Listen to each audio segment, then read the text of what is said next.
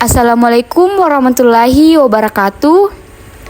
Kami dari kelompok 3 dengan mata kuliah Riset Teknologi Informasi dengan dosen pengampu Bapak Abdul Sahir SPD MPD dari kelas 5C Jaringan, Fakultas Teknik Informatika, Program Studi Informatika Universitas Cokro Aminoto Palopo. Jadi, di sini kami akan menjelaskan metode R&D atau Research and Development. Metode R&D menurut Dick and Carey. Model Dick and Carey merupakan model R&D penelitian dan pengembangan yang berfokus pada perancangan sistem pembelajaran secara sistematis, dikembangkan oleh Walter Dick dan Lou Carey. Model ini terdiri dari 10 tahapan yang saling berkaitan satu sama lain. Tujuannya adalah untuk menghasilkan produk pembelajaran yang efektif, efisien, dan menarik. Prosesnya meliputi tahap analisis, perancangan, pengembangan, evaluasi, dan revisi. Tahap pertama, identifikasi tujuan pembelajaran, Instructional Goals. Pada tahap ini ditentukan tujuan pembelajaran yang ingin dicapai. Tujuan harus jelas, spesifik, dan sesuai kebutuhan peserta didik. Pada tahap ini juga ditetapkan arah, sasaran utama pembelajaran, hasilnya menjadi dasar untuk tahap-tahap berikutnya. Tahap kedua, analisis pembelajaran, Conduct Instructional Analysis. Tahap ini dilakukan penguraian langkah-langkah atau keterampilan yang perlu dipelajari untuk mencapai tujuan. Setiap kemampuan diidentifikasi dan disusun secara berurutan dari yang paling dasar hingga paling kompleks. Proses ini membantu melihat hubungan antar materi dan menentukan urutan belajar yang logis. Hasilnya digunakan untuk merancang isi dan alur pembelajaran dengan lebih terarah. Tahap ketiga, analisis karakteristik peserta didik dan konteks analis, listeners and context.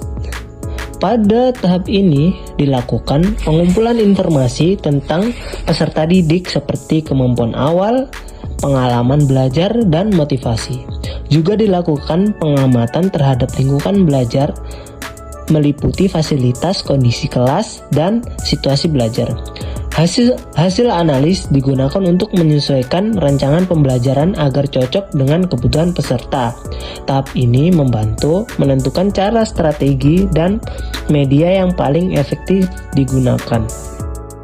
Tahap keempat, merumuskan tujuan pembelajaran.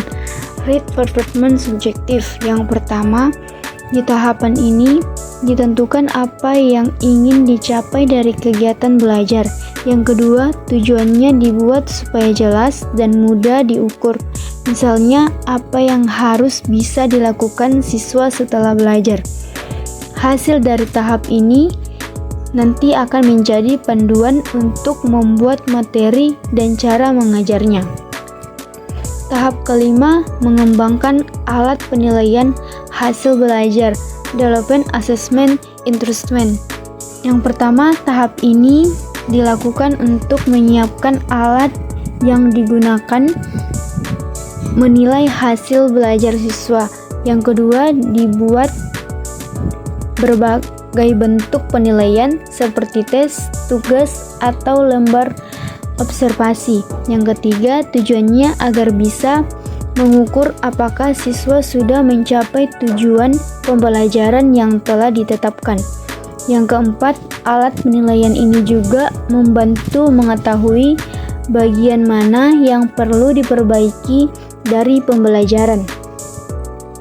Tahap ke-6, mengembangkan strategi pembelajaran. Development Instruction Strategy.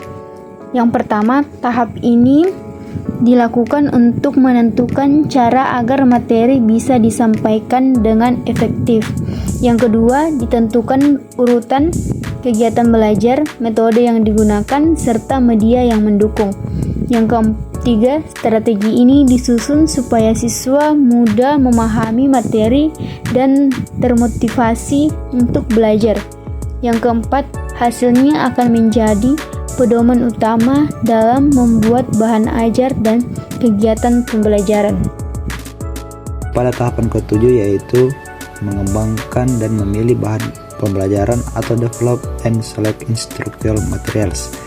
Nah, pada tahap ini dibuat atau dipilih bahan ajar yang sesuai dengan strategi pembelajaran. Bahan bisa berupa teks, gambar, video, atau media lain yang membantu proses belajar. Tujuannya agar materi mudah dipahami dan menarik bagi siswa. Semua bahan disusun sesuai dengan tujuan dan langkah pembelajaran yang sudah dirancang sebelumnya. Tahapan ke-8 yaitu mendesain dan melaksanakan evaluasi formatif atau design and conduct formative evaluation. Nah, tahap ini dilakukan untuk menguji dan menilai rancangan pembelajaran yang sudah dibuat. Nah, evaluasi dilakukan secara bertahap, misalnya dengan uji coba kecil di kelas atau kelompok terbatas. Tujuannya untuk melihat apakah pembelajaran sudah berjalan efektif atau mudah dipahami siswa. Dari hasil evaluasi ini ditemukan bagian yang perlu diperbaiki atau disempurnakan. Tahap ke-9, melaksanakan evaluasi sumatif, conduct summative evaluation. Tahap ini dilakukan setelah pembelajaran selesai untuk menilai hasil akhir secara keseluruhan. Evaluasi sumatif digunakan untuk mengetahui seberapa efektif program atau materi pembelajaran yang telah dibuat. Hasilnya dipakai untuk menentukan apakah pembelajaran sudah berhasil dan layak digunakan lebih luas. Jika hasilnya belum memuaskan, maka pembelajaran bisa direvisi atau diperbaiki kembali. Kemudian tahap ke-10, merevisi pembelajaran, revise instruction. Tahap ini dilakukan untuk memperbaiki dan menyempurnakan pembelajaran berdasarkan hasil evaluasi. Semua masukan dari uji coba dan penilaian sumatif digunakan untuk melihat bagian mana yang kurang efektif, dan hasil itu materi, strategi, atau media bisa disesuaikan agar hasil belajar menjadi lebih baik. Setelah revisi selesai, pembelajaran siap digunakan secara luas dan lebih optimal. Sekian dari kami kelompok 3, kurang dan lebihnya mohon dimaafkan. Wabillahi taufiq wal hidayah. Assalamualaikum warahmatullahi wabarakatuh.